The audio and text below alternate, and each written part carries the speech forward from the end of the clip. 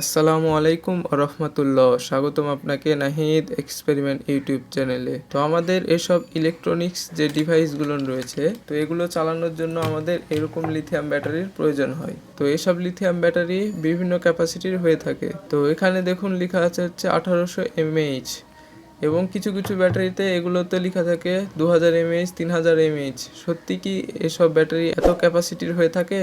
তো এটি সমস্যার সমাধানে আজকে আমি এইরকম একটি সার্কিট তৈরি করেছি। তো এই সার্কিটের মাধ্যমে আপনারা এসব ব্যাটারির সত্যিকারের ক্যাপাসিটি মাপতে পারেন।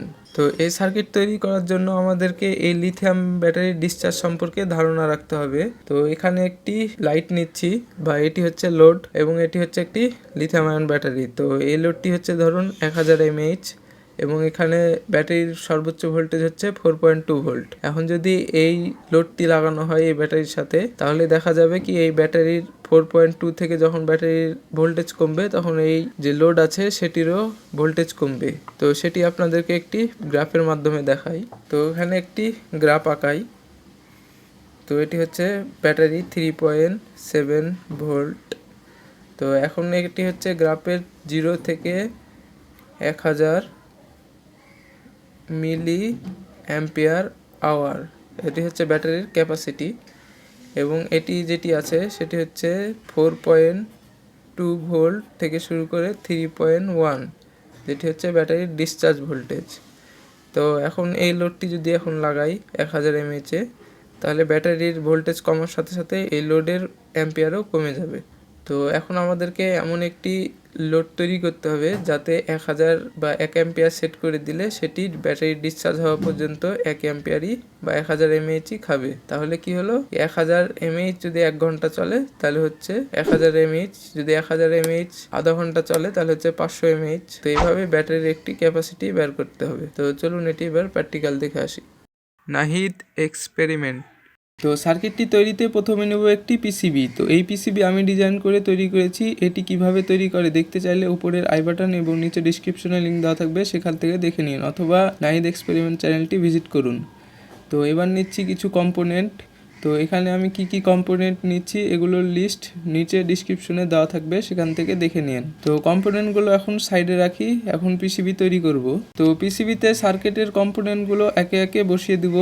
আপনি যাতে সময় বেঁচে যায় সেজন্য ভিডিওটি ফাস্ট ফরওয়ার্ড এবং কেটে নিচ্ছি। তো এখানে একটি হিট সিঙ্ক নিচ্ছি, এটির মাপ হচ্ছে 23x34 সেন্টিমিটার। তো এখানে নিচ্ছি থার্মাল পেস্ট। তো থার্মাল পেস্টটি এখানে হিট সিঙ্কের সাথে লাগিয়ে দেবো, যাতে ট্রানজিস্টরটি হিট সিঙ্কের সাথে ভালো করে লেগে যায়। তো এখন এই হিট সিঙ্কটি সার্কিটের সাথে লাগিয়ে দিচ্ছি, এবং এখানে MJE3055 ট্রানজিস্টরটি নিলাম, এবং ট্রানজিস্টরটি এখানে হিট সিঙ্কের সাথে স্ক্রুর মাধ্যমে আটকিয়ে দেবো। তো এখানে দেখুন আটকানো হয়ে গেছে। তো এখানে আবার বাকি সব কম্পোনেন্টগুলো আছে সেগুলো বসিয়ে দেব, এবং যে কম্পোনেন্টগুলো আছে সেগুলো সোল্ডার করব। তার জন্য এখানে একটি স্ট্যান্ড নিলাম এবং স্ট্যান্ডের সাথে লাগিয়ে নিলাম। তো এবং আমি যেভাবে সোল্ডার করছি ঠিক সেভাবে সব কম্পোনেন্টগুলো সোল্ডার করে নিতে হবে। তো এখানে দেখুন সোল্ডার করা হয়ে গেছে। তো দেখতে এরকম হবে। তো এখানে যেই দুইটি তার দেখতে পাচ্ছেন সেটি হচ্ছে 5 ভোল্ট লাইন, এবং এখানে যেই দুইটি তার দেখতে পাচ্ছেন সেটি হচ্ছে 3.7 ভোল্ট, বা যেখানে ব্যাটারি কানেকশন করতে হবে। তো এখানে আইসি নিচ্ছি, সেই LM358 আইসিটি।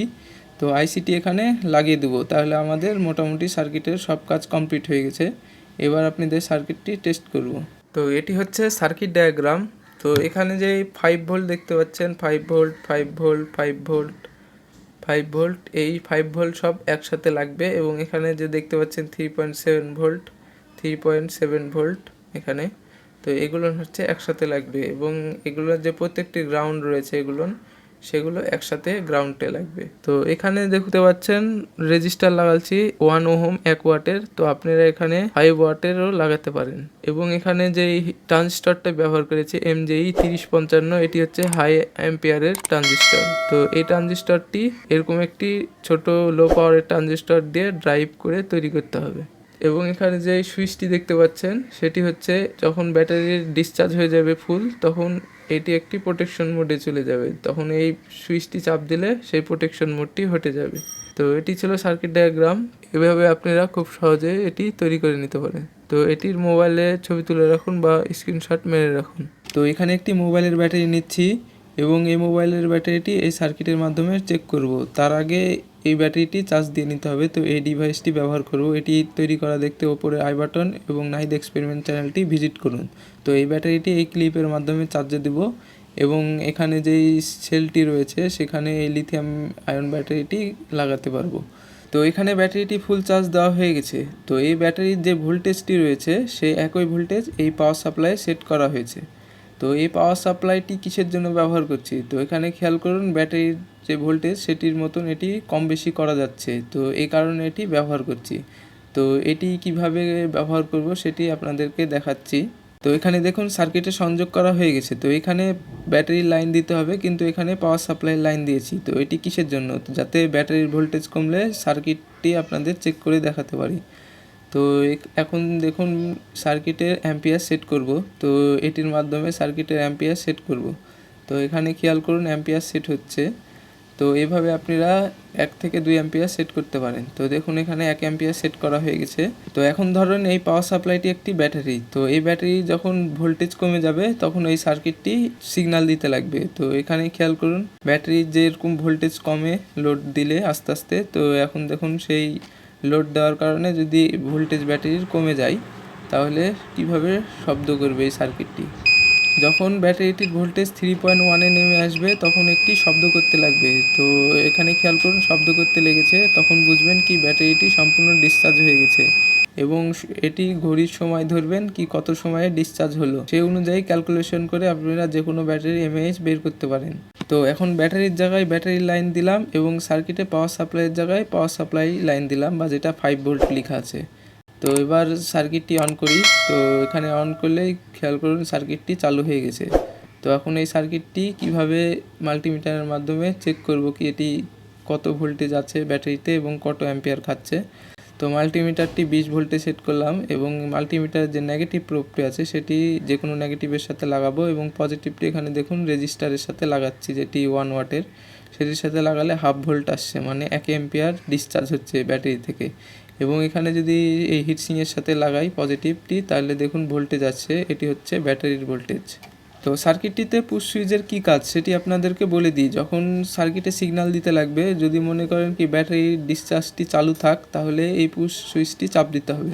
তো এই চ্যানেলে ইলেকট্রনিক্স এবং এক্সপেরিমেন্টের ভিডিও আপলোড দেওয়া হয়, চ্যানেলটি ভিজিট করুন। ভিডিও পছন্দ হলে অবশ্যই চ্যানেলটি সাবস্ক্রাইব করে পাশে থাকা বেল আইকনটি চেপে রাখুন।